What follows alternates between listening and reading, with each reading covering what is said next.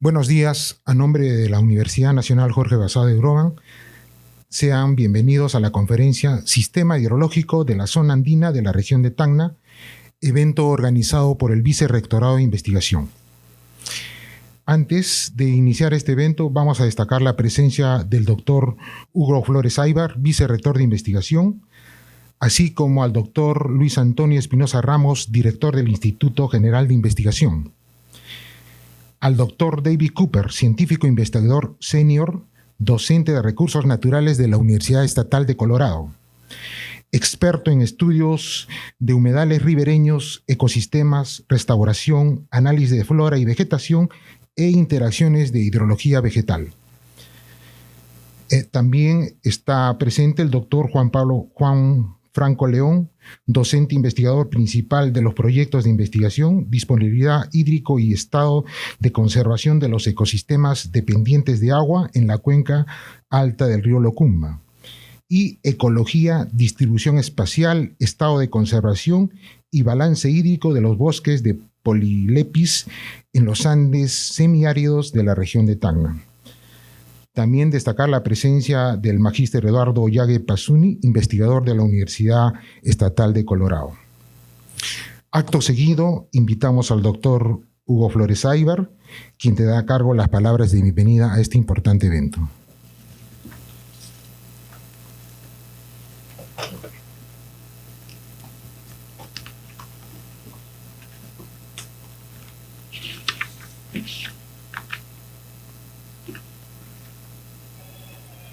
Buenos días con todos. Doctor Cooper, bienvenido a la heroica Tacna. Doctor Juan Franco León, docente investigador de nuestra universidad. Doctor Luis Antonio Espinosa, director del Instituto General de Investigación. Estimada comunidad basadina, investigadores, personal administrativo, tengan ustedes muy buenos días. Pocas veces hemos tenido este tipo de reuniones para homenajear la bienvenida o la presencia del doctor Cooper. Como indicado, docente, investigador. Es integrante del proyecto que conduce el doctor Franco. Hace 2 semanas estuvimos por Candarave y el doctor me manifestaba la llegada del doctor Cooper acá al Perú, porque es integrante externo del proyecto que viene conduciendo en la parte de Candarave. Y nosotros como investigadores debemos ir a la parte de altura, por eso salimos. 2 días hemos estado caminando por allá por Candarave y ver qué se puede hacer ahí, porque ahí está la causa, ahí está el efecto. Entonces, fuimos a ver, nos dijeron los comuneros allá, queremos que nos den un tratamiento de las aguas servidas. Queremos recuperar la flora nativa que está ahí, y también queremos recuperar los pastizales.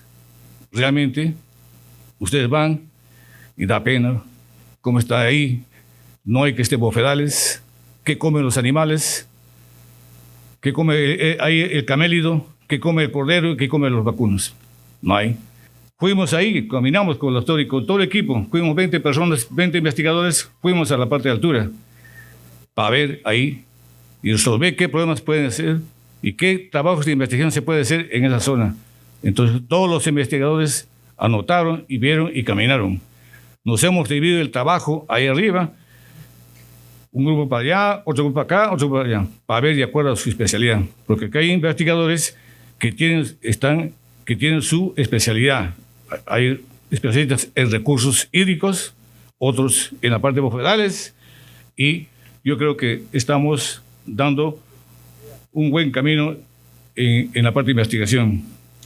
En nombre de la Universidad Nacional Jorge Basadre de Groban, quiero darle la más cordial bienvenida a la conferencia Sistema Hidrológico de la Zona Andina de la región Tacna, que estará a cargo de 2 connotado investigadores, el doctor Juan Franco León, docente e investigador de nuestra universidad, y el doctor David Cooper, científico e investigador de la Universidad Estatal de Colorado. Doctor Cooper, sea usted bienvenido a la ciudad de Tacna, tierra de las bugambilas y tierra de las granadas y de la Universidad Basadre Tacna, cuna de hechos, plaza de victorias, que desde ese día y para siempre sea esta su casa. Y venga cuando usted desea, doctor Cooper, a Tacna, y lo vamos a recibir con los brazos abiertos.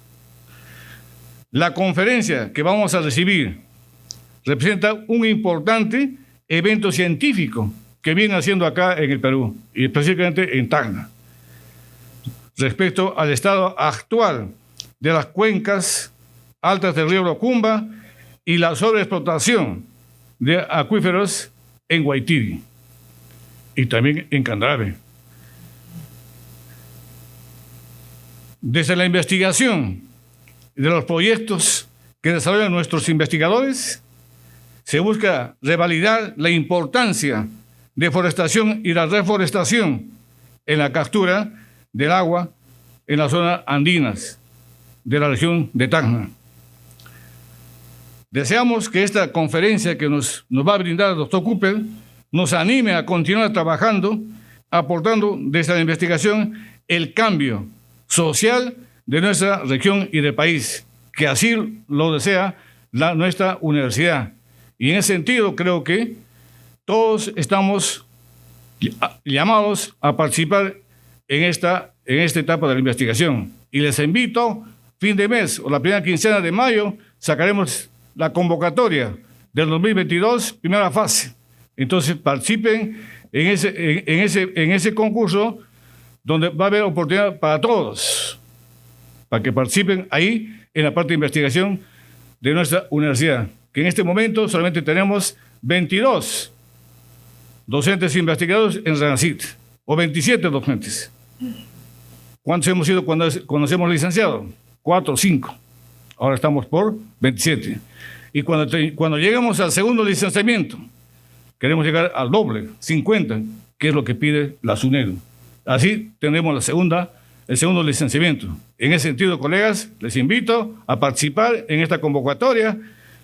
Participemos todos, va a haber para todos, agrúpense en grupos de personas, empiecen a hacer sus trabajos, muchos ya están haciendo, ya tienen, vienen a consultar, y yo les recibo gustosamente.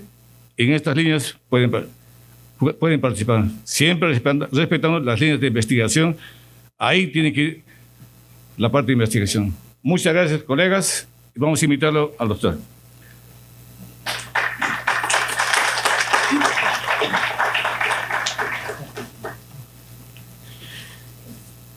Bien, y vamos a invitar al doctor Juan Franco León para las palabras de introducción sobre esta importante conferencia que se va el día de hoy. Muchas gracias.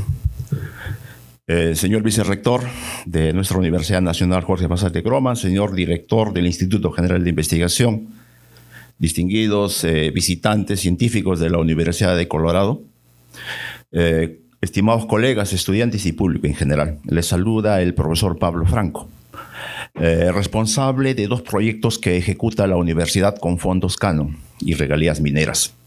Primeramente debo mencionar que, al igual que la mayoría de proyectos que realiza la universidad y en otras partes, el problema de la pandemia nos afectó en el sentido de que no se ha podido avanzar. Estos proyectos fueron aprobados en el 2019 y justo en ese tiempo se dio este problema mundial y obviamente nos ha retrasado. Pero, sin embargo, estamos en eso, estamos avanzando. El doctor David Cooper y el doctor Eduardo Yague son coinvestigadores de estos 2 proyectos y siempre rotan cada cierto tiempo para supervisarnos, asesorarnos y intercambiar ideas para un mejor desarrollo de estos proyectos. Los 2 proyectos que están a mi cargo que tienen que ver con un problema que tiene la región, el problema hídrico. Es un problema que tanto tiempo ha pasado y en verdad pues no se le ve, digamos, una solución ni a mediano ni a largo plazo. Sin embargo, creo que es menester de toda academia generar evidencia científica que pueda servir, digamos, de instrumento para poder tomar mejores decisiones en las instancias que corresponden, como son los municipios, como son los gobiernos regionales. De eso se trata. Como academia tenemos que orientarnos con una responsabilidad social, diría yo. De modo tal que el proyecto de ecosistemas dependientes de recurso hídrico de la cuenca Cayazas y lo que es la parte alta del río Lucumba, tiene que ver con esto, ¿no? En una primera etapa el proyecto ha hecho un diagnóstico de los impactos generados, la sobreexplotación de acuíferos. Y como hay tanta información sobre esto, la mayoría concuerda en que extraer agua de cabeceras de cuenca en zonas áridas es de alto riesgo. Entonces, y eso es lo que Tacna, digamos, en los últimos años ha ido desarrollando, ¿no? En la otra parte de este proyecto lo que se ve es simplemente hacer un balance hídrico, qué tanto de agua. Y de eso el doctor Cooper les va a comentar. Y del otro proyecto que tiene que ver con bosque es un proyecto que apunta a saber cuánto de bosque tiene nuestra región. En otros países se invierte mucho dinero en forestación, en reforestación, incluso que no tienen necesidad de problemas de recurso hídrico. Entonces la pregunta es ¿por qué lo hacen? En zonas áridas eso es prioritario. Quizás hacer reforestación en nuestras cabeceras de cuencas ya quizás no sea para nosotros, pero sí para las próximas generaciones.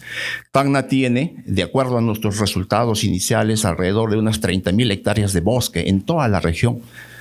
Candarave, Tarata, Alto Perú, Tacna. Sin embargo, en los programas de reforestación se apuntan a hacer reforestaciones por 100.000, 200.000 hectáreas. Esto permitiría capturar una mayor cantidad de agua, de la humedad, es decir, crear fábricas naturales de agua en cabeceras de cuenca. Entonces, estos proyectos se enmarcan en ese contexto. Finalmente, agradezco la presencia de ustedes porque los proyectos tienen que apuntar a eso, a difundir lo que van haciendo. Quizás estos proyectos todavía no están concluidos, como he mencionado, por las razones indicadas, pero en eso vamos. Agradezco la disponibilidad y gentileza del Vicerrectorado de Investigación y del Instituto para apoyarnos y creo que esa es la intención ahora en este nuevo periodo en el que nos encontramos para que los proyectos avancen en todo lo posible. Muchas gracias.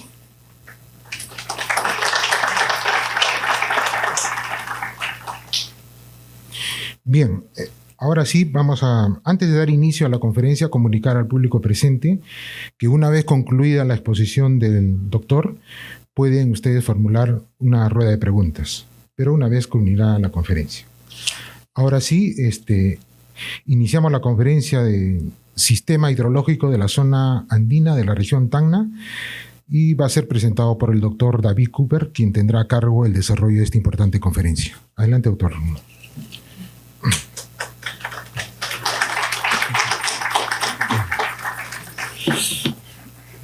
Sí. Buenos días.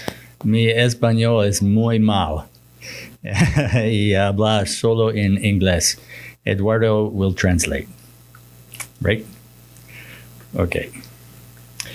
I work at a large public university in the United States.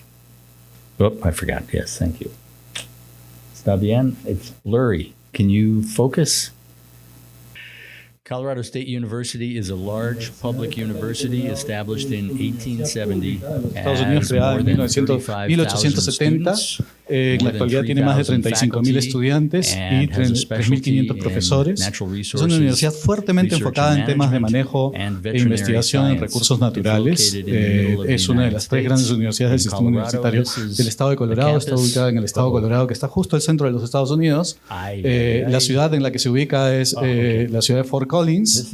Es una ciudad mediana. La universidad está justo en medio de la ciudad, frente a las montañas rocosas. Y el edificio que ven a la derecha es el Colegio Warner de Recursos Naturales, que es su facultad de Ciencias Ambientales, básicamente.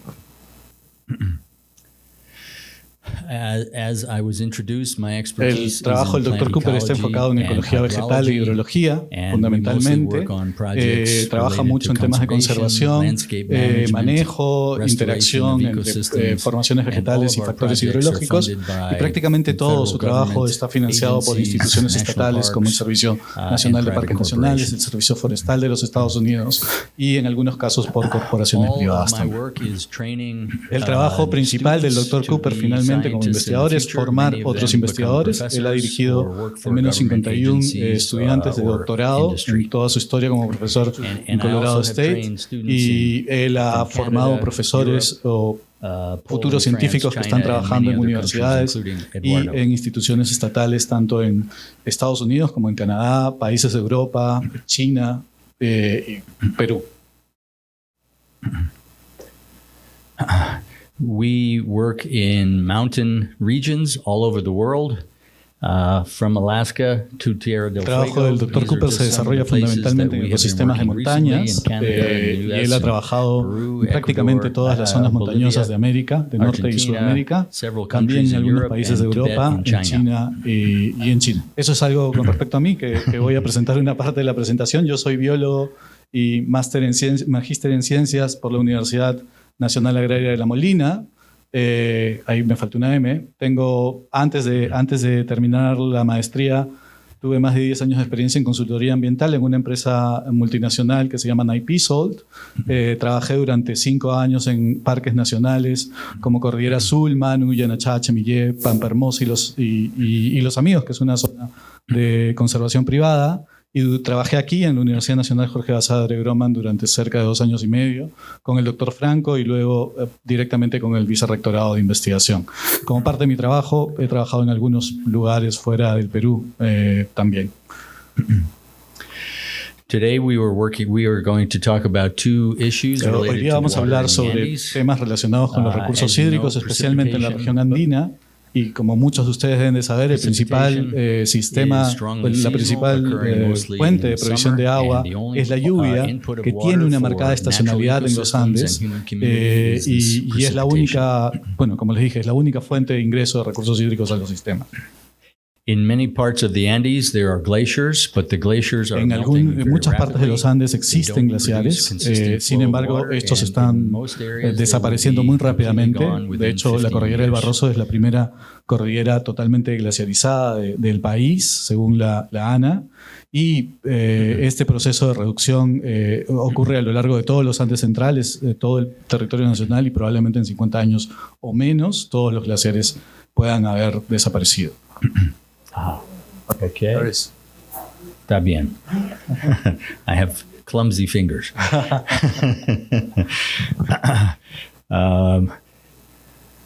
Mines, large cities, and agriculture in the lowlands have water rights. They have gotten water rights from the Peruvian government. Diversas actividades en el país, minas, ciudades, la provisión de agua para consumo humano en las ciudades y las actividades agrícolas en tierras bajas tienen la posibilidad de solicitar derechos de uso de agua a la Autoridad Nacional del Agua y almacenarla en zonas altoandinas y luego derivarla para sus actividades. Sin embargo, estos sistemas de almacenamiento y de derivación tienen el potencial de generar problemas tanto en términos de afectación ambiental como afectación a la posibilidad de desarrollo de algunas actividades de las comunidades altoandinas que dependen de estos recursos hídricos, ¿no? Eso sucede en muchos lugares del país.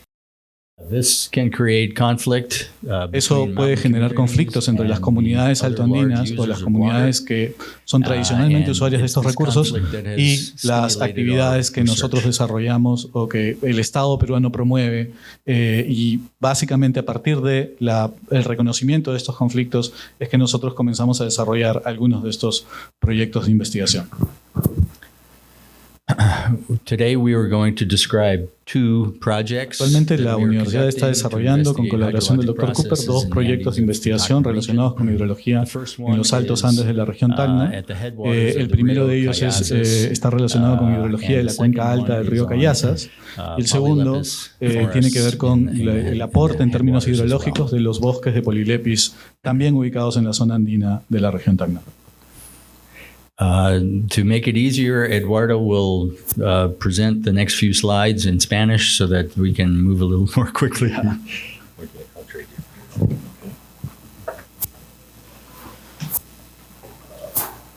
Wrong way. Yeah. El primer proyecto que estamos desarrollando, que es este de análisis hidrológico y ecológico en el ámbito de la laguna Suches, en la pampa de Guaitire, es un proyecto que se llama Efectos ecohidrológicos de la extracción de recursos hídricos en la parte alta, que se enfoca en eso.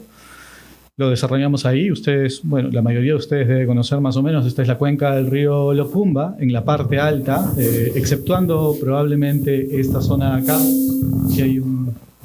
Aquí hay un espacio que no forma parte de la cuenca del Cayazas, pero todo esto de acá es la cuenca del Cayazas, que va hasta acá abajo, trena hacia la laguna Aricota. En esta cuenca, en la parte alta, se desarrollan algunas actividades que son las que vamos a analizar. La laguna Suches, el sistema hidrológico de la laguna Suches recibe originalmente aguas del río Guaitire, de la quebrada Libecalani, del río Humapalca y de todo el sistema hidrológico que drena en este sentido. Algunos de estos tramos fluviales no necesariamente llegaban originalmente hasta el río Suches, hasta la laguna Suches, probablemente se conectaban con el río Cayazas, pero en la actualidad este patrón hidrológico está cambiando. Oh, really? En el medio de este cono aluvial existía un humedal, o existe aún un humedal, que se llama el humedal de Guaitire, ¿no? Esta es la pampa de Guaitire, y aquí en tiempos anteriores existía un gran humedal estacional. Ahora es básicamente un pastizal seco con algunas zonas que se humedecen estacionalmente dependiendo del tipo de lluvias que se hayan desarrollado. La extensión de este humedal es de aproximadamente 1.800 hectáreas. Sin embargo, en la zona central de este gran humedal, que es el humedal más grande de la cuenca alta del río Cayazas, el humedal de hecho más grande en extensión de la provincia de Candarave, existen en la vecindad y en el medio del humedal existen pozos de extracción de recursos hídricos. Estos pozos de extracción de recursos hídricos pertenecen a la compañía Southern Peru Copper Corporation y extraen agua básicamente para sus operaciones mineras. El bofedal de Guaitire es un bofedal andino típico. Generalmente los bofedales andinos son o turberas o humedales con suelos minerales que dependen fundamentalmente de agua subterránea. ¿Qué es lo que sucede? El agua ingresa desde las laderas, desde la cuenca, desde las zonas asociadas al fondo de valle, a través del sistema subterráneo, a través del acuífero, recargan el gran acuífero que existe ahí, pero al mantener un nivel de agua relativamente cercano a la superficie, permiten el desarrollo de una vegetación bastante densa, en condiciones naturales, y en general muy productiva en términos de cuánto carbono puede capturar, cuánta biomasa puede generar, ¿no?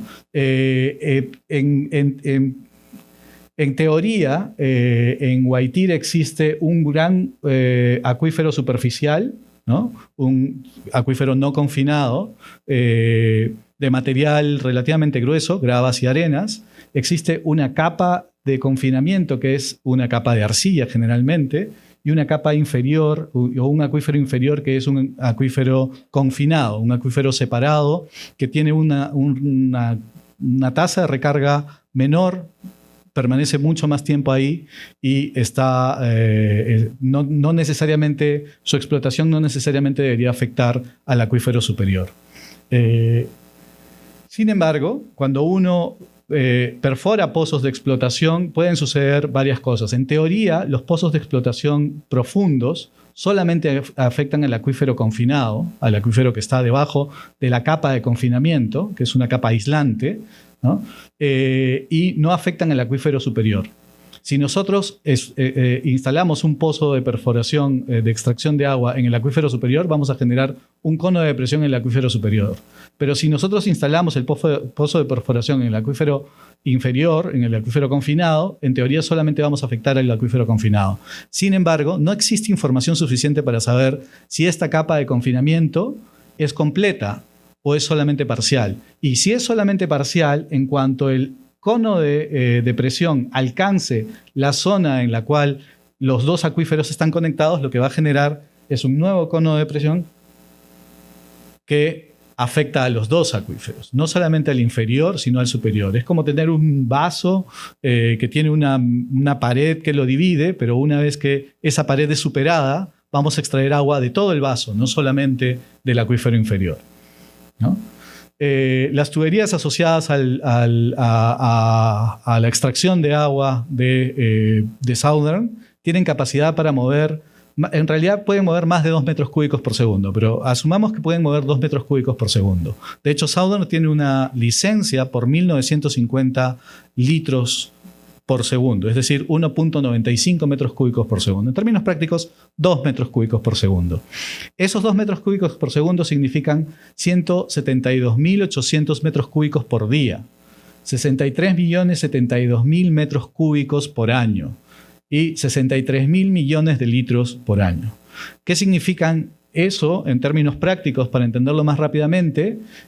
Si consideramos los números del Banco Mundial, que indican que cada persona usando agua tratada podría desarrollarse bien, tranquilamente, con 150 litros por día, solemos consumir más, porque solemos ser bastante poco responsables en el uso de los recursos hídricos. Pero digamos, si consumiéramos lo que necesitamos, que son 150 litros por día, 1 metro cúbico cubre los requerimientos de 6 a 7 personas por día. La cantidad diaria que puede ser transportada en esos tubos, asumiendo solo 2 metros cúbicos por segundo, es suficiente para aproximadamente 1 millón de personas. Eso es una ciudad ligeramente más pequeña que Arequipa, o 3 veces más grande que Tacna, o 2 veces más grande que Tacna, 3 veces Tacna, ¿no? La cantidad de agua que puede ser removida desde La Pampa, Guaitire y alrededores en un año sería suficiente como para generar una piscina de 1 metro de profundidad que tuviera todo el área de la ciudad de Tacna. Eso es más o menos 63 millones de metros cúbicos extraídos de esa zona. I forget all the time. Para nosotros, el proyecto plantea analizar hidrológicamente esta situación, y para poder analizar esta situación se plantea perforar e instalar pozos de monitoreo en diferentes áreas y profundidades. ¿Por qué necesitamos hacer esos pozos de monitoreo? Porque nosotros necesitamos caracterizar el acuífero subterráneo. Muy a menudo se escucha aquí en Tacna que ese acuífero ya está caracterizado. Sin embargo, el problema es que esos datos no son públicos, a pesar de que deberían serlo. Se supone que por la ley de transparencia, la autoridad, es decir, la ANA, el Ministerio de Energía y Minas, que fue el que recibió en su momento esos estudios, o los actuales ministerios del ambiente, el SENACE o instituciones así, deberían de poner esa información en público. No está obligada la minera a hacerlo. La ley de transparencia obliga a la institución estatal a transparentar la información. Lamentablemente esa información no está transparentada. Entonces, si esa información no está transparentada, a pesar de que existe, nosotros necesitamos hacerlo, ¿no? Entonces, lo primero es perforar e instalar pozos, porque necesitamos saber cómo es el acuífero, cuánta agua tiene y cuánta capacidad de almacenar más o menos agua tiene. Determinar la naturaleza física de cada uno de los estratos de ese acuífero, de esa geología. Determinar la cantidad de agua disponible a diferentes profundidades. ¿Cuál es la conectividad entre estratos? Porque la empresa privada lo que nos indica es que ellos tienen un acuífero confinado, tienen una capa confinante que separa el acuífero superior del inferior, y ellos están explotando solamente el inferior. Eso es lo que generalmente dicen.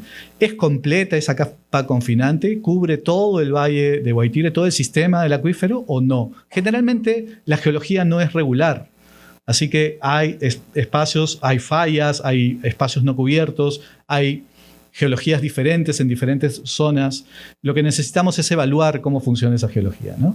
Y finalmente, a partir de esa información, evaluar si el agua puede seguir siendo explotada a una tasa tan grande como 2 metros cúbicos por segundo, si la recarga por lluvias no es tan grande. O sea, si yo no tengo suficiente recarga para explotar esta cantidad, ¿qué es lo que estoy haciendo? Básicamente estoy vaciando el vaso.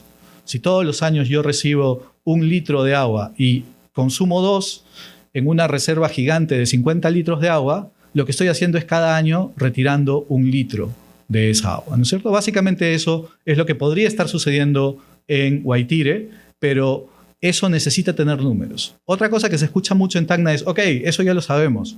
Sí, pero no tenemos números. No tenemos datos cuantificados, al menos no nosotros, no el público. También se dice mucho, la Southern tiene todo esto cuantificado, pero en realidad, como les decía hace un momento, eso no es público en la actualidad y es muy difícil buscar hacerlo público incluso. Si se remueven 63 millones de metros cúbicos de agua al año del acuífero, ¿eso qué significa sobre 5.000 hectáreas? Sobre 5.000 hectáreas eso significa más o menos remover el agua de aproximadamente 300 millones de metros cúbicos de suelo. Es una cantidad brutal, es gigante. Cuando nosotros removemos agua del suelo, nosotros no podemos interpretar que estamos removiendo la misma cantidad de agua, el mismo volumen de agua del espacio físico suelo. Porque cuando hablamos de acuíferos, nosotros no estamos hablando de una gran piscina subterránea. De lo que estamos hablando es de agua contenida en poros y fracturas de la geología. Esto no es una piscina gigantesca, no es un lago subterráneo. Esto es básicamente agua contenida en los poros del material geológico o en las fracturas del material geológico. Asumiendo una porosidad estándar típica de suelos del 20%, esto implica remover agua de aproximadamente 300 millones de metros cúbicos de suelo, ¿no? Y lo que queremos, otro de los objetivos es evaluar, además de cómo afecta a los ecosistemas de la zona, cómo afecta esto a la cantidad y a la calidad del agua del río Cayazas. Un problema con el río Cayazas es que antes nacía de la laguna Suches. Esa zona tiene aguas de buena calidad, pero ahora no nace de ahí. Entonces no sale esa cantidad de agua de buena calidad y solamente es alimentado, o casi solamente es alimentado por agua que viene de la cordillera del Barroso, que es una cordillera volcánica, con características, con concentraciones de arsénico y boro relativamente altas. Entonces, ya no hay agua de buena calidad que pueda diluir esa agua que viene de la cordillera del Barroso, ¿no? Esto es lo que planeamos hacer. Algunos de ustedes tal vez tienen cierta familiaridad con esto. Necesitamos hacer pozos mediante una perforadora diamantina y estos pozos pueden ser muy profundos. Hay algunos pozos de extracción de agua en la Pampa Guaitire que tienen 180 metros de profundidad. Necesitamos tratar de llegar a esas profundidades para poder hacer la descripción geológica y se pueden instalar pozos de diferentes maneras, ¿no? Se pueden instalar pozos de diferentes maneras. Los pozos anidados son pozos contenidos en un mismo espacio que lo que intentan es medir los patrones de gradiente hidráulico en diferentes lugares para ver qué acuífero tiene mayor cantidad de recarga y mayor presión, ¿no? O pueden ser pozos en clústeres que tienen... Finalmente, de lo que se trata es de describir de la mejor manera posible el acuífero de la zona de estudio. Otro elemento clave en nuestro balance hídrico es la evapotranspiración. Generalmente, la evapotranspiración la tendemos a medir mediante algunas fórmulas que asumen la temperatura, la humedad, el viento, la radiación. Sin embargo, lo que nosotros queremos hacer en este proyecto es medir directamente la evapotranspiración. Y para eso estamos planteando contar con un sistema de covariancia de capa límite. Eddy Covariance Tower se llama en inglés, pero es sistema de covariancia de la capa límite. Este es un sistema que mide muy precisamente temperatura y humedad relativa, vientos, pero además también mide el intercambio entre el suelo y la atmósfera de dióxido de carbono y agua. Y bueno, generalmente tiene un data logger que permite registrar todo esto y podemos registrar todo esto cada 15 segundos, de modo que tenemos una medida prácticamente continua de la variación de estos patrones en el ecosistema que queremos evaluar o en el sistema que queremos evaluar. Con toda esta información, una vez que tengamos toda esta información, vamos a desarrollar un modelo de agua subterránea con la precisión suficiente como para saber cómo la explotación del acuífero o cómo la variación natural de la recarga puede estar afectando la tabla de agua en el acuífero superior. Lo que nos interesa es saber cómo estamos afectando el acuífero superior, ¿no? Este modelo debe incluir variaciones naturales en el aporte de agua superficial hacia el acuífero de Guaitire, o sea, las variaciones que puedan estar relacionadas con el cambio climático, con la variabilidad en precipitaciones y temperatura interanual, pero además también tiene que tener un elemento que incluya la extracción que está ocurriendo en la actualidad para explotación de recursos hídricos, o sea, la explotación mediante pozos. Finalmente, Para el desarrollo de este modelo también se contará con la colaboración de otro especialista de Colorado State University, que es el doctor Michael Ronayne. Él es un experto en hidrogeología y tiene gran experiencia en el desarrollo de modelos.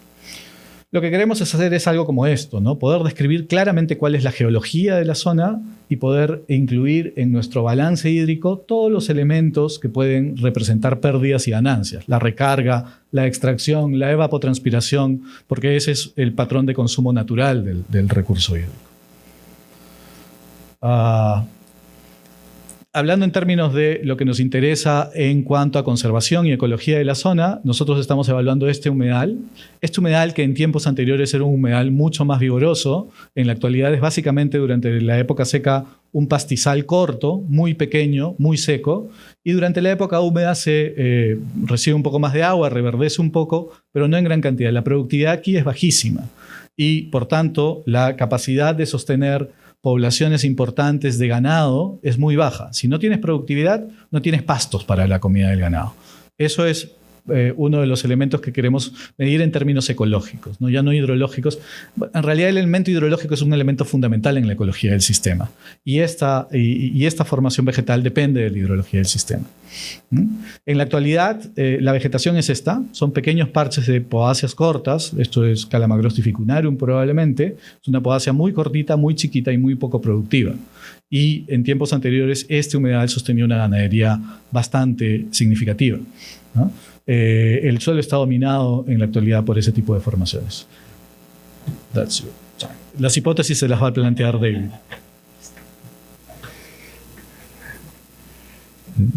This project will collect a lot of new and interesting data for this region.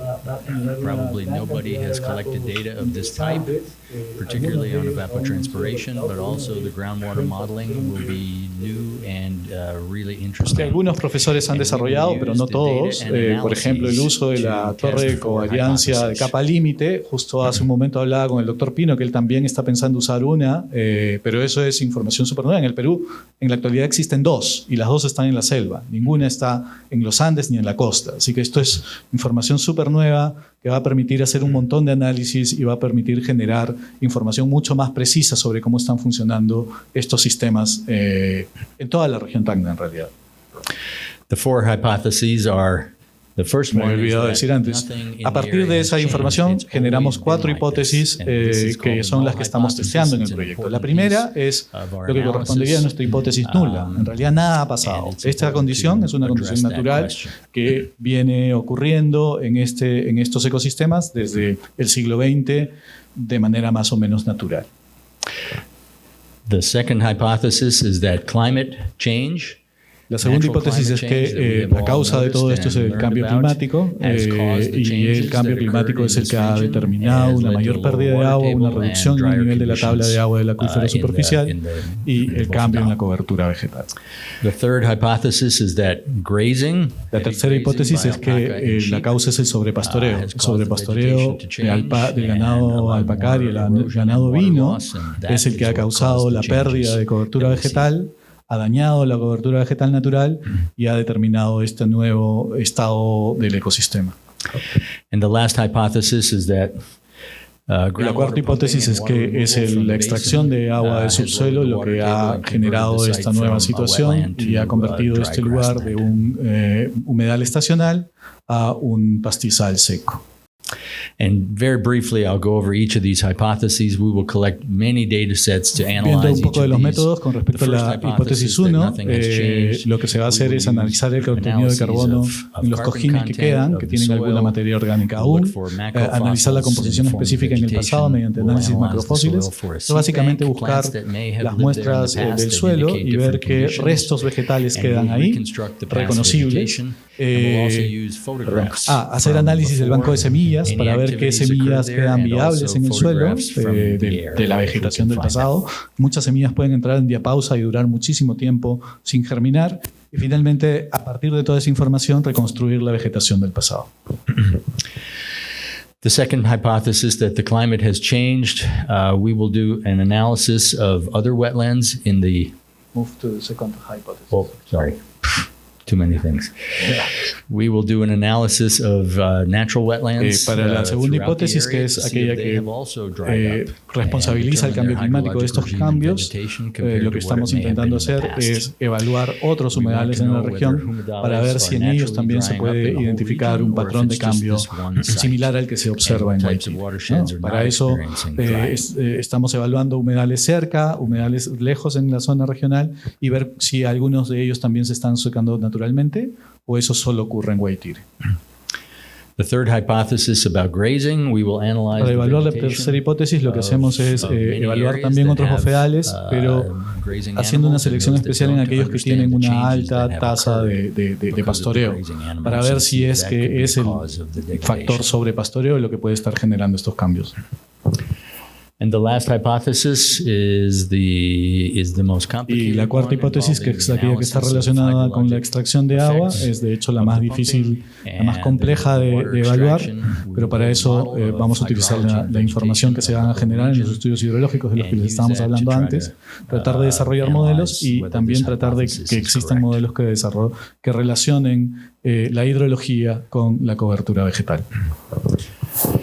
We anticipate that this research will resolve the question of whether groundwater entre nuestros resultados previstos, nosotros esperamos que esta investigación pueda responder cuantitativamente a la pregunta sobre si la extracción de agua en la Pampa Waitíre está afectando la disponibilidad y la calidad de agua en la cuenca alta del río Locumba y en particular en la provincia de Candarave.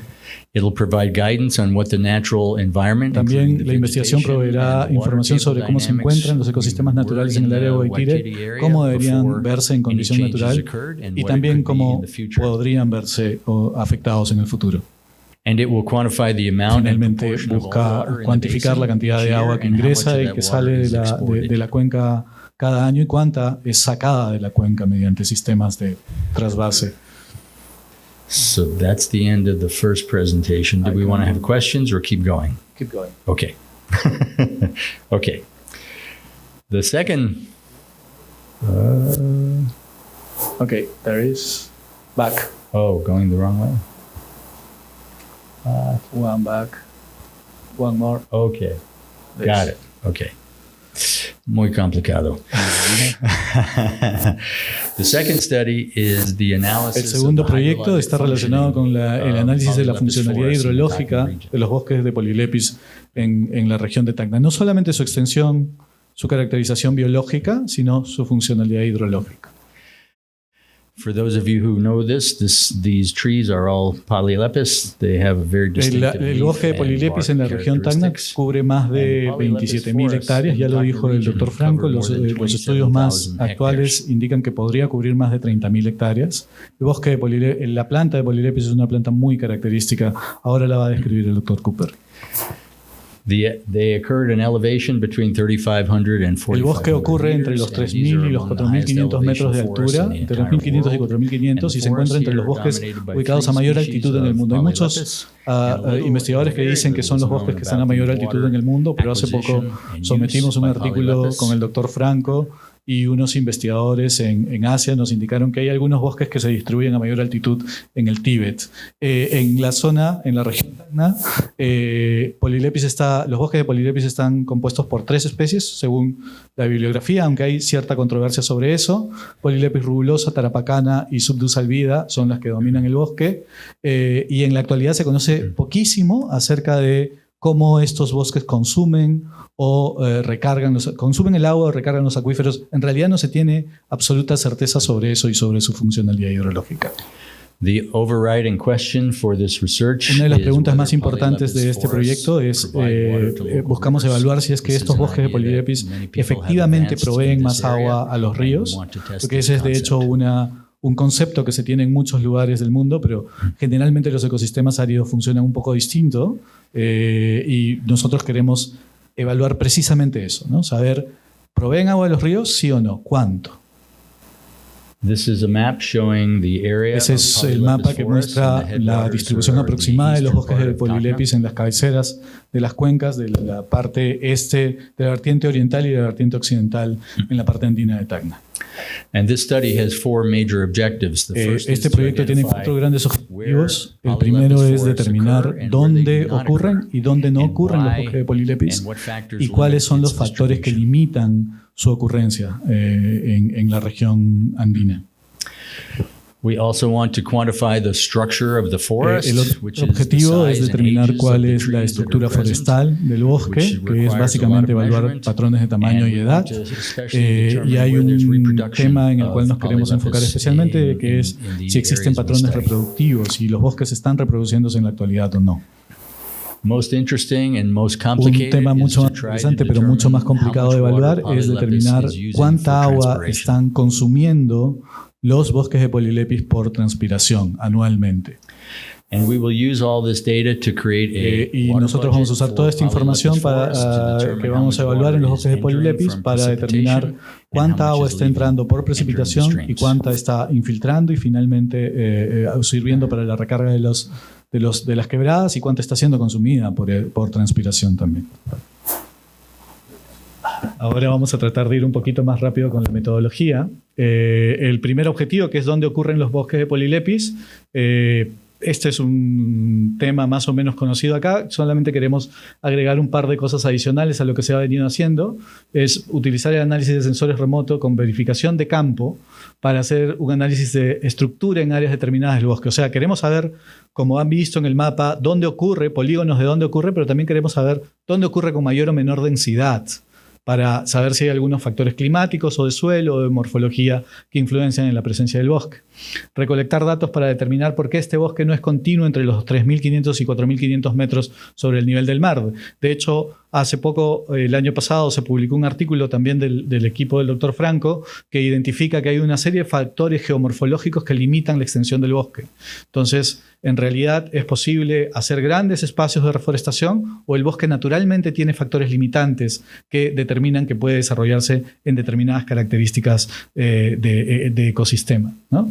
Y cuáles son los efectos de variables físicas como el uso del terreno y presencia de poblaciones en la extensión de los bosques de Polylepis. De hecho, todo eso forma parte de un análisis que es muy típico, que es el análisis de sensores remotos. Pero en este caso no queremos hacer solamente los polígonos que dicen aquí está el bosque, sino saber en esos polígonos dónde hay mayor densidad, dónde hay menor densidad y cuáles son los factores que determinan estas diferencias en la composición del bosque, ¿no? Para evaluar la estructura de tamaños y edad del bosque, o sea, la estructura forestal, vamos a hacer análisis de parcelas circulares con un radio de 30 a 40 metros. Vamos al bosque, establecemos un punto central y se hacen parcelas circulares donde se cuentan. Se mide la altura de cada árbol, la circunferencia de la copa, la circunferencia y radio del fuste de todos los árboles de Polylepis que se encuentran ahí.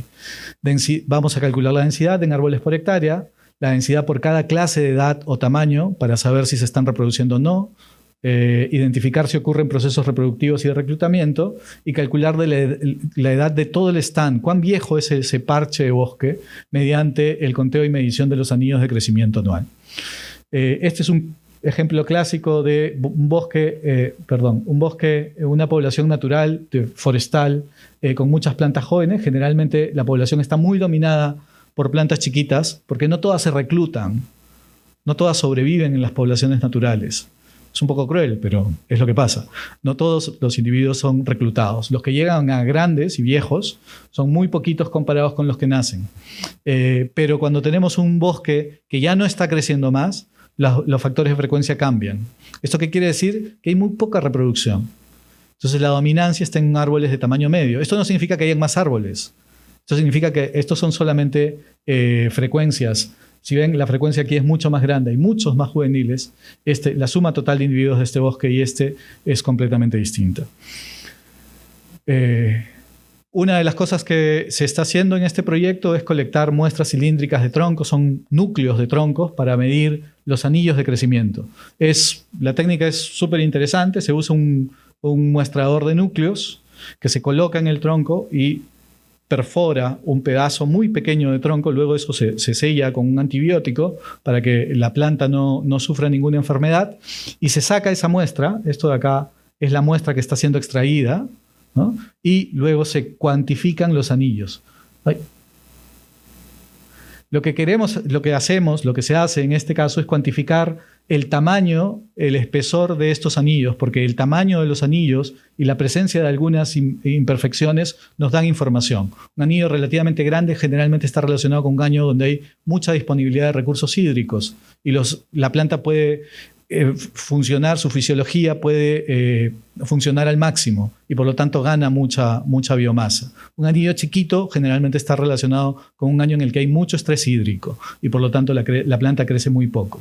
Hay algunas otras cosas que se pueden ver, como por ejemplo cicatrices de quema o cosas por el estilo. Todo eso se puede ver en las muestras que se toman mediante este sistema, ¿no? Y eso se puede correlacionar con patrones climáticos. Por ejemplo, este es un estudio que se ha hecho en Polylepis tarapacana, que es una de las especies que están aquí en Tacna, pero este estudio se hizo en Bolivia y en Chile. Y ellos identifican que el factor más importante para el desarrollo de los anillos es la lluvia en el año anterior, ¿no?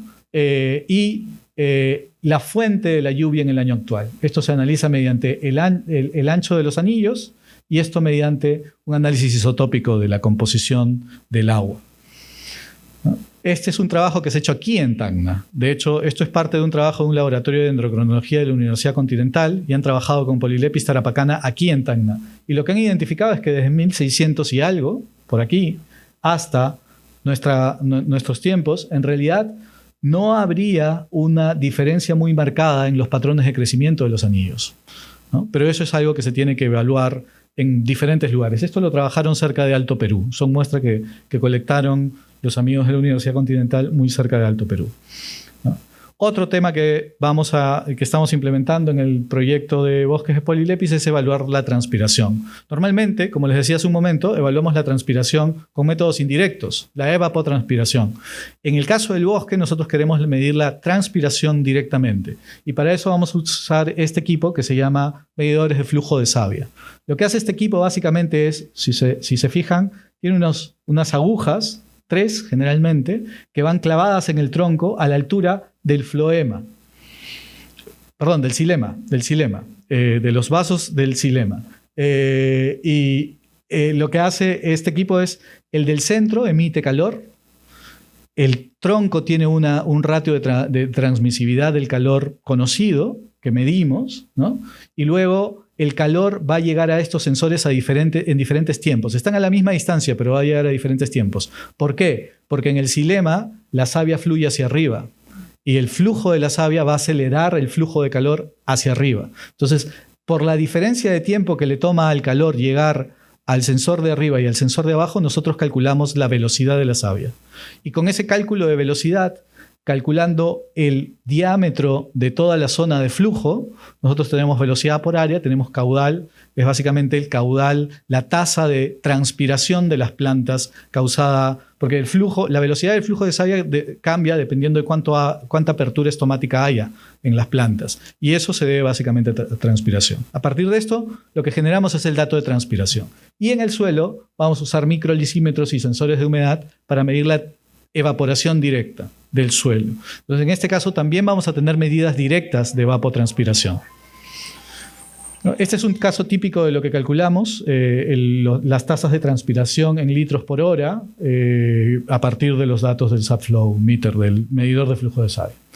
Y por último, vamos a hacer un balance hídrico del bosque. Con esta información, más alguna información adicional, vamos a medir precipitación, infiltración, la precipitación mediante un pluviómetro automático, los que se conocen como tipping bucket rain gauge. Vamos a medir escorrentía, vamos a medir infiltración mediante sensores de humedad que van a estar instalados en el suelo a diferentes profundidades. Vamos a medir caudal en estaciones hidrométricas de aforo continuo en las quebradas asociadas a estas microcuencas donde está el bosque. Y vamos a medir la evapotranspiración con los métodos que ya les indiqué. Y al final se van a crear modelos a nivel de microcuenca, porque estamos eligiendo 3 microcuencas ubicadas en todo el área de distribución de bosque de Tacna para poder desarrollar estos modelos.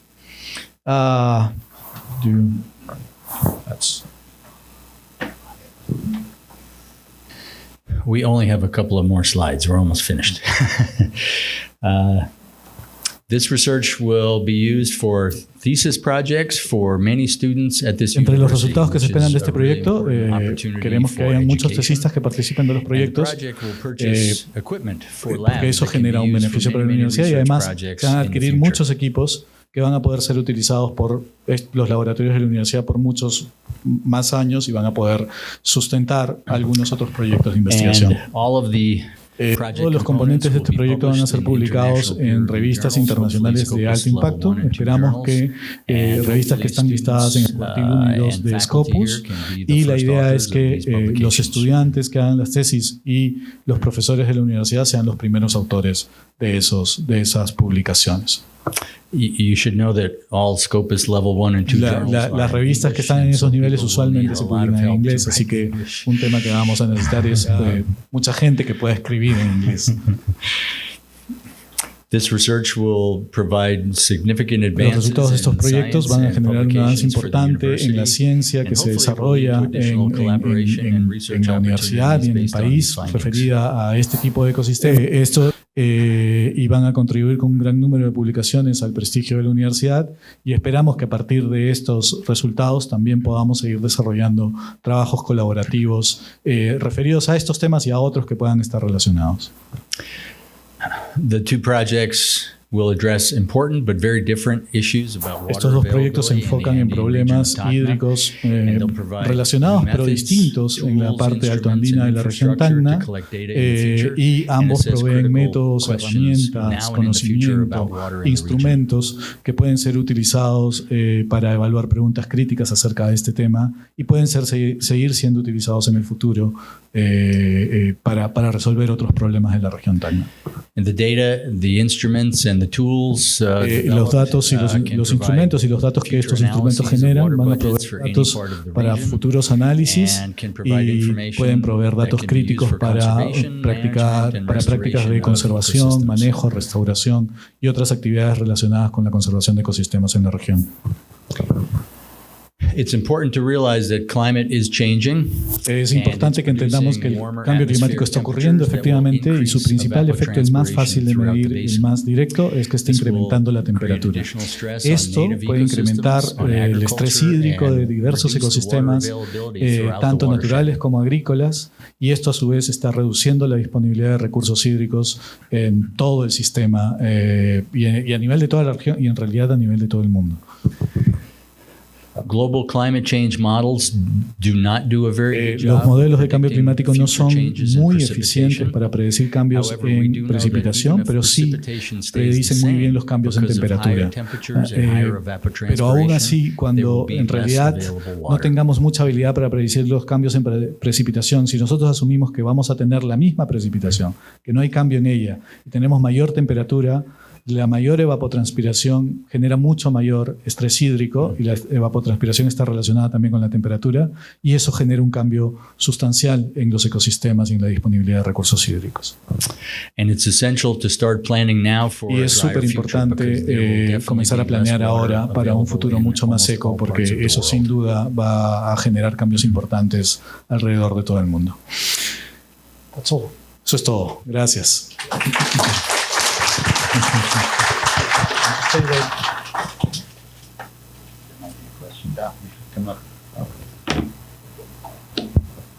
Bien, concluida la exposición, vamos a invitar al público presente para que pueda hacer su pregunta.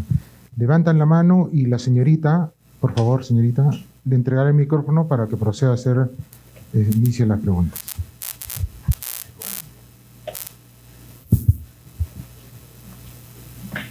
Muchas gracias. Muy buenos días con todos. Doctor Cooper, agradecido por la presentación. Eduardo, igualmente. Soy Luis Pino, docente de la universidad. Los proyectos de investigación específicamente por los recursos hídricos. Bien, escuché en la presentación un aspecto importantísimo respecto a los sistemas acuíferos de regiones altas. Quien les habla, más o menos a partir del año 1996, por un periodo de unos 10 años, he venido trabajando intensamente en la zona altoandina en temas de hidrología y acuíferos. y pues hemos tomado pleno conocimiento de las características fundamentales de estos sistemas acuíferos como sistemas multicapa. Y voy a precisar que hicimos un trabajo de modelación con apoyo del Organismo Internacional de Energía Atómica en esa época para la cuenca endorreica-vizcachas. Y pues tengo que forzar la idea que Eduardo respecto a ese tema entre comillas que sustentan como un acuífero confinado. Es cierto, los sistemas altoandinos son multicapas, pero es prácticamente imposible encontrar un sistema confinado. Lo que ocurre es un intercambio entre capas, en mayor o menor volumen, pero existe. Y eso lo pudimos detectar y demostrar cuando nosotros pusimos a andar los modelos de flujo que generamos en esa época. Esto pues evidentemente demuestra que por más que hagamos perforaciones hacia los acuíferos profundos que supuestamente están confinados, eso va a generar un flujo vertical y por eso se evidencia pues en los pastizales que se van secando. Entonces, necesariamente hay un flujo vertical, ¿no? Entonces, no hay garantía. Ahora, ¿qué nivel de técnica podemos utilizar para llegar a precisar qué tanto es ese confinamiento? Dependerá mucho de las técnicas geofísicas que empleemos. Una de las que podríamos emplear con alguna seguridad pues, son los famosos TDM, ¿no? Y no los CEPs que se han utilizado toda la vida por acá, ¿no? Por ahí podríamos trabajar un poco más para obtener alguna precisión mayor. Eso como un comentario y pues me da gusto que tengan claro también ese tema y podamos colaborar de alguna manera. El segundo punto que quiero comentar, y en esto necesitamos el apoyo franco y directo de nuestras autoridades de investigación en la universidad, es lo que justamente, como se dice, sin querer queriendo, antes de empezar la charla, conversé con Eduardo un par de minutos y en el comentario saltó de que ambos proyectos, tanto el que vienen desarrollando con Pablo Franco y un proyecto que estamos formulando nosotros en el grupo H2O UNJBG para esta nueva convocatoria, considera la famosa torre de Dicoar. Esta es una metodología muy importante, señores. En el país solamente hay 2 torres Edicoar y no están ni en sierra ni en costa, están en selva. Y nosotros tenemos la posibilidad de tener estas 2 torres en Tacna. Una sería por parte del proyecto de Sofranco, en zona altoandina, y la otra sería por parte de nuestro proyecto en costa, aplicada especialmente al cultivo del olivo, porque estamos centrados en ese tema. Normalmente en H2O manejamos 2 temáticas, aguas subterráneas y manejamos evapotranspiración. Y evapotranspiración a nivel de satélites, sensores remotos, satelitales, drones y la componente principal que necesitamos es la torre de flujo. Con eso validamos y con eso vamos a llegar muy lejos en investigación. Y como lo dijo el doctor Cooper, estos equipos no solamente son para estos proyectos, tienen a futuro una aplicabilidad para una serie de tesis, proyectos de investigación, publicaciones que vayamos nosotros a generar. Entonces, es importante que impulsemos la instalación de estas 2 torres de flujo que van a tener muchísimas aplicaciones. Muchas gracias. ¿Alguna otra pregunta por parte del público presente? Ahí, por favor. Thank you. Training the students and having equipment for future research projects is really important for this university's future. I thank you for making that comment. Básicamente, respondiendo al doctor Pino, el doctor Cooper dice que eso es entrenar a los estudiantes y poder desarrollar, implementar con equipo útil y útil para el futuro es lo que va a hacer que esta universidad pueda desarrollar mucho más en el tiempo. Y de hecho, gracias por por colaborar en ese sentido con la universidad. Es básicamente lo que estamos tratando de hacer. Buenos días con todos. Mi nombre es Porfirio Cáceres y felicitarlo, doctor Cooper, por la ponencia y a Eduardo. En una zona de Alto Perú hay un geyser y alrededor del geyser hay mucha presencia de azufre. Y los bofedales alrededor del geyser se están poniendo de un color oscuro o a negro. Y mi pregunta es, ¿cómo podemos recuperar esa cobertura vegetal en la zona? La zona está a 4.000 metros sobre el nivel del mar.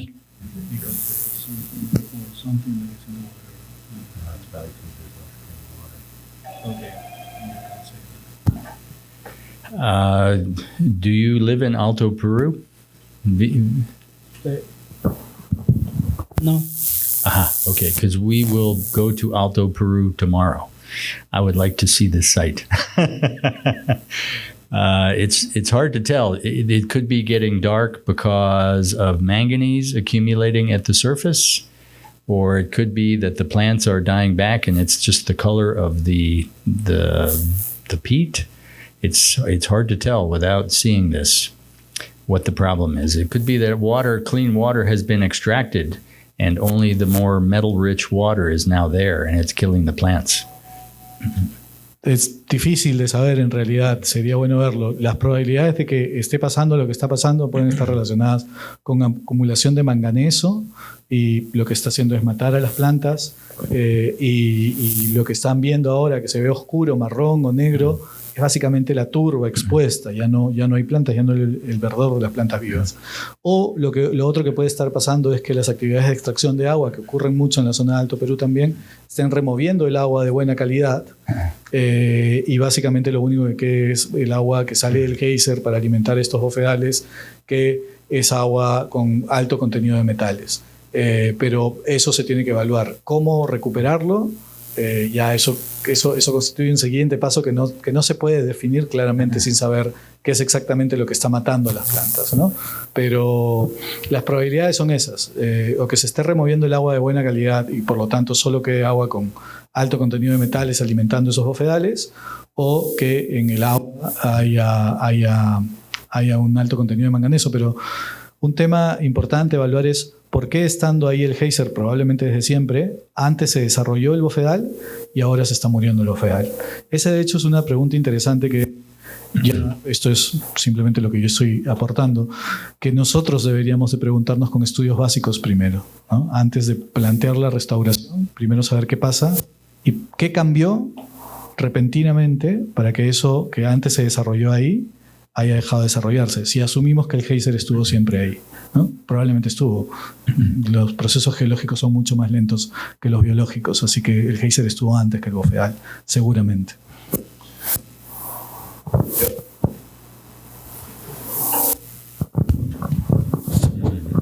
Buenos días.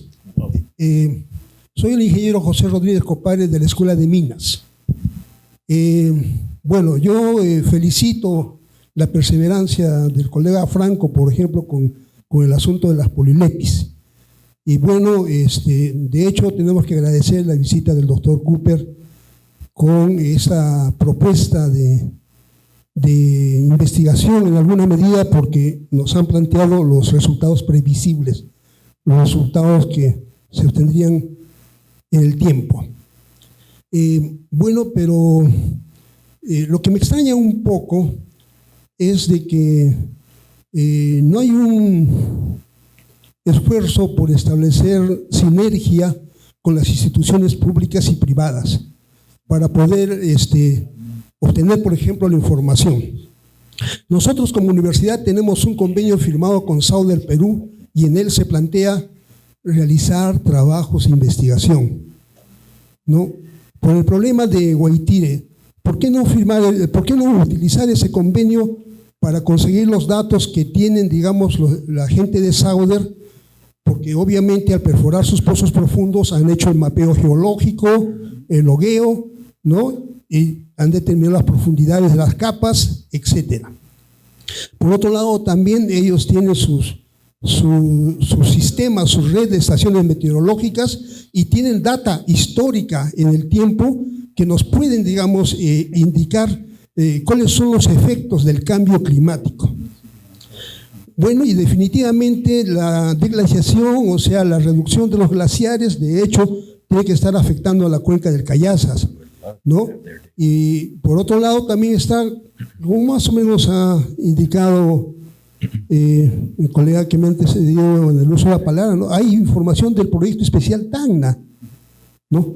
Ahora, para el problema de Cayazas se plantea, digamos, para su caracterización, hacer perforaciones de pozos profundos. La universidad no tiene esas perforadoras, pero el proyecto especial Tacna tiene 2 perforadoras donadas por Sauder, ¿no? Y si tenemos una sinergia con el PET, ¿no? Y se proporcionan los recursos de canon minero para el funcionamiento de esas perforadoras, entonces podría hacerse el estudio, aunque bueno, el colega Pino ya en alguna medida ha indicado que se han hecho estudios, ya que ya hay estudios, ¿no?, sobre el problema del confinamiento o no confinamiento de los acuíferos. Ahora, definitivamente, digamos, la perforación en el Guaitire ha provocado una situación similar a la perforación de los pozos que tenemos en el Airo. Nosotros consumimos agua de un acuífero subterráneo que se explota en el Airo. Entonces, y bueno, probablemente eso también ha provocado, digamos, la desaparición prácticamente del humedal, ¿no?, que existía allá. Entonces, ¿y por qué se pone negra la vegetación que queda, digamos, de lo que fue ese humedal? Porque, bueno, son especies turbidíticas y que, bueno, y sus raíces prácticamente se carbonizan. Y la propia gente de Alto Perú ha cosechado todo ese material seco y lo ha estado utilizando para calentarse porque tiene un alto poder calorífico, ¿no? Entonces ahí hay efectos combinados de los pozos, del consumo excesivo, digamos, de ese recurso natural, y entonces hay que plantear qué hacemos con ello. La propuesta podría ser que parte del agua que se explota de los pozos subterráneos debería proporcionarse para que se rieguen esos bofedales y darle sostenibilidad. Ahora, en el Airo ha habido bosque de polilepis. Digo ha habido porque, bueno, en nuestro recorrido en búsqueda de azufre, en búsqueda de atomita, en búsqueda de boratos, ¿no?, hemos observado cómo ha cambiado ese paisaje desde tiempos atrás a la hora. Incluso en Alto Perú, bueno, Alto Perú se llamaba previamente Queuña Bichinca. Y Queuña, pues Queuña está relacionado con los polilepis. Pero ¿cuántos polilepis hay ahora ahí cuando uno va a Alto Perú? 4, 5, 6 plantitas. Nosotros, al buscar los materiales que decía, hemos estado recorriendo por la parte alta de Paucarani y hemos encontrado relictos de polilepis, relictos de Queuña, ¿no? Entonces, ahí viene el problema también, cómo relacionamos, por ejemplo, esto de la polilepis con el trabajo que está haciendo agricultura, que está haciendo el ingeniero Casana, por ejemplo, que está sembrando polilepis allá por Aguascalientes, en la zona de Candarabi. ¿Por qué no esa experiencia la trasladamos también para Queuña Bichinca, para que Alto Perú vuelva a tomar el nombre de Queuña Bichinca? Entonces, en conclusión, lo que quiero decir es que no estamos haciendo sinergia, no nos estamos relacionando con los entes privados y públicos que tienen información y con la cual tenemos que trabajar para resolver los problemas de la región Tacna. Gracias. Sí, me permiten un segundo. De hecho, gracias, ingeniero. Creo que es súper importante. Probablemente no lo hemos dicho porque hemos presentado las partes técnicas del proyecto. Ayer el proyecto de Guaitire se hace como parte de un convenio con el gobierno regional Hoy día en la tarde tenemos una reunión con el PET para que ellos nos entreguen datos que ya tienen. Entonces, digamos, sí estamos en este proyecto en particular tratando de hacer la mayor sinergia posible. Esto está enmarcado en un convenio específico entre el gobierno regional y la universidad. Este es un proyecto de interés regional, el de Guaitire, y la información de las perforaciones que tiene el PET en Vizcachas, en la cuenca de Vizcachas, va a estar disponible para el proyecto. De hecho, hoy día tenemos una reunión a las 4 de la tarde para básicamente entregarles una lista de requerimientos y que ellos puedan verla y decirnos qué tienen. Con respecto a la perforación, efectivamente el PET va a colaborar con el proyecto con la perforación de los pozos. Y con respecto al tema de la disponibilidad de la data de Southern, a eso lo vemos un poco más difícil, no porque no creamos que se puede ejecutar el convenio que tenemos, sino por los antecedentes. O sea, si Southern está dispuesto a entregarnos los datos, genial. Pero incluso en un estudio pagado con fondos de Southern, como es el estudio del consorcio Río Locumba, lo que reporta la gente del consorcio Río Locumba es que su estudio es incompleto, porque es incompleto, llega solamente hasta la Bocatoma Cayazas y no evalúa la parte alta de la cuenca. Ellos no hicieron el resto porque Southern no les dio acceso a sus datos. Entonces, ok, perfecto, nosotros podemos solicitar los datos de Southern, como estamos solicitando los datos del gobierno regional, como estamos trabajando con el gobierno regional, con el PET directamente. Hoy día tenemos una reunión con el ingeniero Fidel Castro, que es el director del PET, ¿no?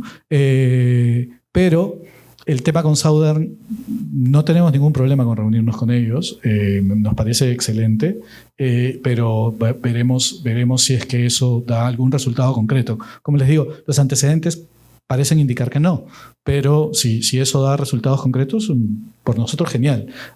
Nos encantaría tener la data de los pozos de Southern en Guaitire. Eso sería un avance gigantesco. Nada, eso con respecto a las sinergias. Con respecto a lo de Polibipris también, todas las sinergias que sean necesarias y posibles. Toda la información que nos pueda servir es bienvenida. What'd you say?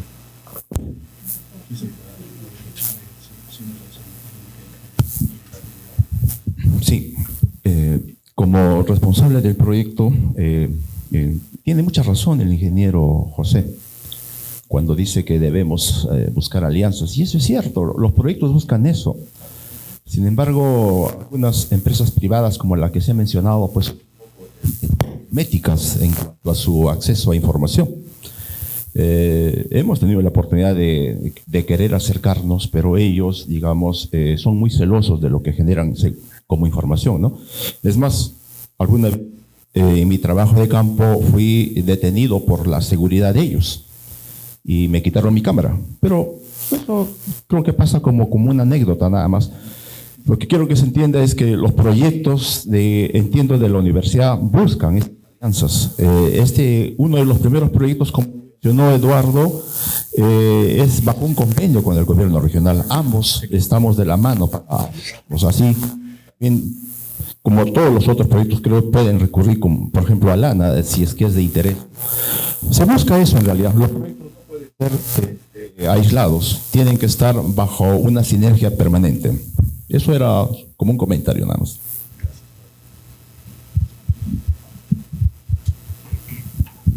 Le saluda el doctor Carlos Vela de la universidad. Bueno, mi pregunta va desde el campo de la arqueología, porque esa es mi profesión, ¿no?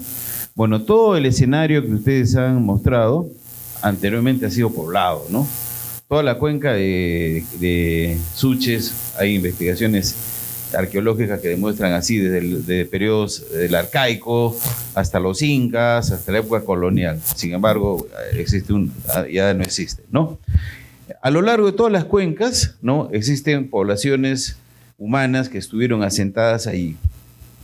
Obviamente ya es parte de la arqueología.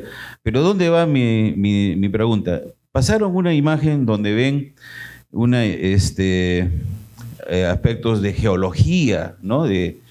Yo pregunto, el interés de desarrollar estos estudios geológicos en todo el departamento de las cuencas, porque hemos visto la posibilidad, ¿no?, de que esta zona ha tenido muchas sequías, ha tenido muchos fenómenos del Niño, ha tenido muchas, ¿no? Aspectos como el cambio climático siempre ha existido, ¿no?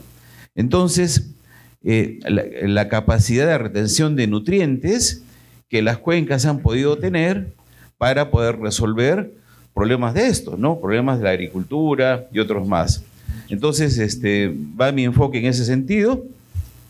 Además, por ejemplo, la arqueología mucho necesita la información, por ejemplo, de pastizales, de pasturas, que fueron pues, los lugares que permitieron el tránsito, por ejemplo, de la zona del altiplano de Bolivia hacia el Perú, ¿no? Bueno, entonces en eso resumo, en el sentido también pues de que hemos encontrado muchos, lo que llamamos pozos de agua, que era una de las formas como extraían pues el acuífero, ¿no? Algo así, ¿no?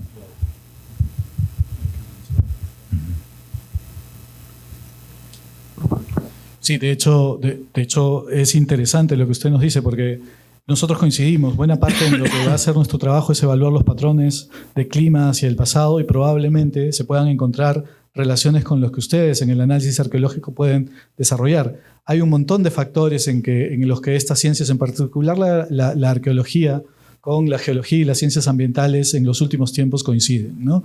De hecho, se pueden determinar un montón de patrones similares, patrones influenciados por cambio climático, eventos climáticos, y ustedes los distinguen muy bien en el desarrollo de las poblaciones y nosotros los identificamos en tipo de crecimiento de plantas o algunos otros factores relacionados que se pueden evaluar con técnicas como las que nosotros estamos planteando. Por ejemplo, en la zona de Hilo hace muchos años, en excavaciones encontramos evidencias de hace 5.000 años del fenómeno del Niño, ¿no? Entonces, si bien es cierto es en la zona de la costa, pero todo el fenómeno pues tiene una implicancia en toda la región, ¿no?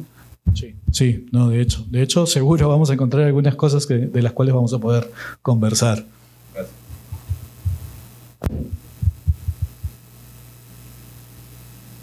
Está bien. Bien, creo que no hay preguntas. Por favor.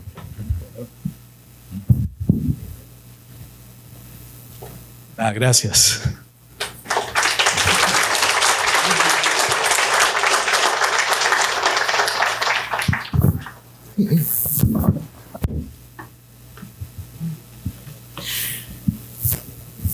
Bien, antes de concluir vamos a invitar al vicerrector de investigación, el doctor Hugo Flores Aybar, para que pueda entregar un reconocimiento al doctor David Cooper por su importante disertación el día de hoy.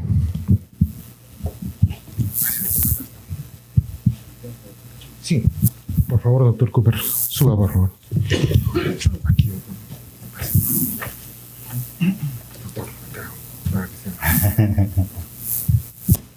Doctor Cooper hago entrega este certificado a nombre de la Universidad Nacional Jorge Rosales, edificio del Doctorado de Investigación, el Instituto General de Investigación, para que lo tenga en el estante en la casa. A nombre. Muchas gracias.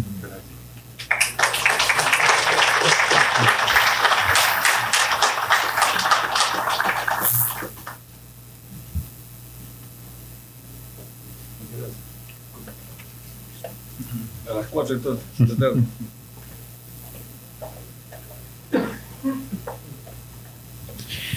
Bien, finalmente invitamos al doctor Luis Antonio Espinosa Ramos, director del Instituto General de Investigación, para las palabras de agradecimiento y de clausura de este importante seminario.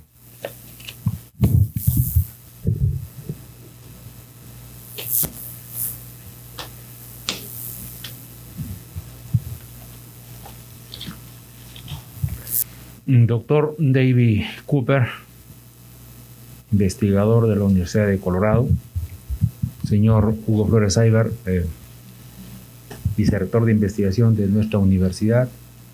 Doctor Paulo Franco, investigador. Estimados colegas, estimados estudiantes de nuestra universidad, personal administrativo que en esta mañana nos acompaña. Qué interesante ha sido escuchar de tal personalidad científica la exposición de estos dos proyectos. Y es para mí un honor dirigir unas palabras en esta mañana como cierre de este evento. Hemos tenido la oportunidad, sí, efectivamente, de ver de recorrer las zonas altoandinas, de ver cómo disminuye año a año el recurso hídrico. Tenemos un acuífero, un vaso de agua que es la laguna de Aricota, que el año 70, por antes o más, o años menos, tenía cerca de 800 millones de metros cúbicos de agua. Hoy en día, por una sobreexplotación, está alrededor de 180 más o menos. Lo corroborarán los científicos que están en esta mañana juntamente con nosotros. Pero también hay que tener bastante cuidado con esto del recurso hídrico. Hace 3 días pasaba por el puente de Ite y llegaban cerca, estimando unos 100 o algo más de litros por segundo de agua que se iban al mar, y en esta época, ¿no? Eso es importante. Hemos podido apreciar cómo el agua discurría desde la laguna de Suches a través del Cayazas a la laguna de Aricote. Hoy en día, como lo han hecho en la exposición, ha disminuido totalmente. Y así, hablar sería pues ampliar y bueno, hay situaciones que se presentan. Estamos en la cabecera del desierto de Atacama, uno de los desiertos más áridos, de las zonas más áridas del mundo. Y como concluía el doctor David Cooper, es importante planear desde ahora para un futuro más seco, y en eso debemos ser conscientes. Conversábamos con el señor vicerrector de investigación y me manifestaba que era su política de apoyar a todos estos proyectos que están viendo la parte hídrica en nuestra región. Porque como lo dije, es bastante preocupante. Y otra cosa, ¿no? Hemos podido tener una data de ahí, la cantidad de millones de metros cúbicos que se explotan. Y con una parte podríamos llegar a los 700 u 800 litros por segundo aquí en nuestra ciudad de Tacna, ¿no? Que mejoraría este sistema hídrico de nuestra región. Bastante preocupante. Y permítanme, señores, felicitar a los investigadores que están llevando a cabo este tipo de proyectos. Porque, repito, tenemos un futuro más seco. Y yo creo que esta nueva gestión, no creo, sino estoy seguro de que esta nueva gestión va a dar todo el apoyo para que este tipo de proyectos se continúen. Se habla de una torre Edicuar, no me equivoco, y si me equivoco, corríjamelo por favor. ¿Cuán importante es eso? Creo que vamos a conversar la posibilidad de que se tengan ese tipo de equipos que no harán más que poner a la palestra a nuestra Universidad Nacional Jorge Basadre Groma. Porque Dios nos ha bendecido, discúlpenme la expresión, con este dinero de los fondos del canon minero. Pero tenemos que utilizarlos y utilizarlos muy bien. También veremos la forma de postular a fondos concursables externos, porque no solamente es el canon minero, el dinero donde podemos acceder. Hay fondos concursables externos que nos van a permitir, con los equipos que vamos a adquirir, con los trabajos que vamos a hacer, ¿no?, continuar desarrollando en beneficio de nuestra universidad, en beneficio de nuestros estudiantes, que como he visto van a participar en una serie de tesis, que estos se verán reflejados en las publicaciones científicas, en revistas de alto impacto, indizadas a Scopus, Web of Science u otras bases de datos. Y eso es lo importante, Ese es el esfuerzo que el señor rector está también comprometido, que el señor vicerrector están comprometidos para sacar adelante e incrementar el número de publicaciones, el número de artículos científicos en revistas indizadas a base de datos, repito, de alto impacto. Nuevamente, doctor David Cooper, agradecerle por su exposición. El doctor Ollagüe, que conoce de cerca la problemática de la universidad, dijo que estaba 2 años y medio. Doctor Franco, doctor Pino, doctor, ¿no? Yoja, que está en esta mañana, nos acompaña. El doctor Luis Rivera, que nos acompaña porque es importantísimo esto. Y a todos ustedes, docentes, jóvenes estudiantes, universitarios, personal administrativo, que desarrollamos un trabajo conjunto en nuestra universidad. Agradecerles y dar por concluido esta brillante exposición, este brillante trabajo que se ha llevado a cabo en esta mañana. Nuevamente mi agradecimiento. Gracias. Permiso.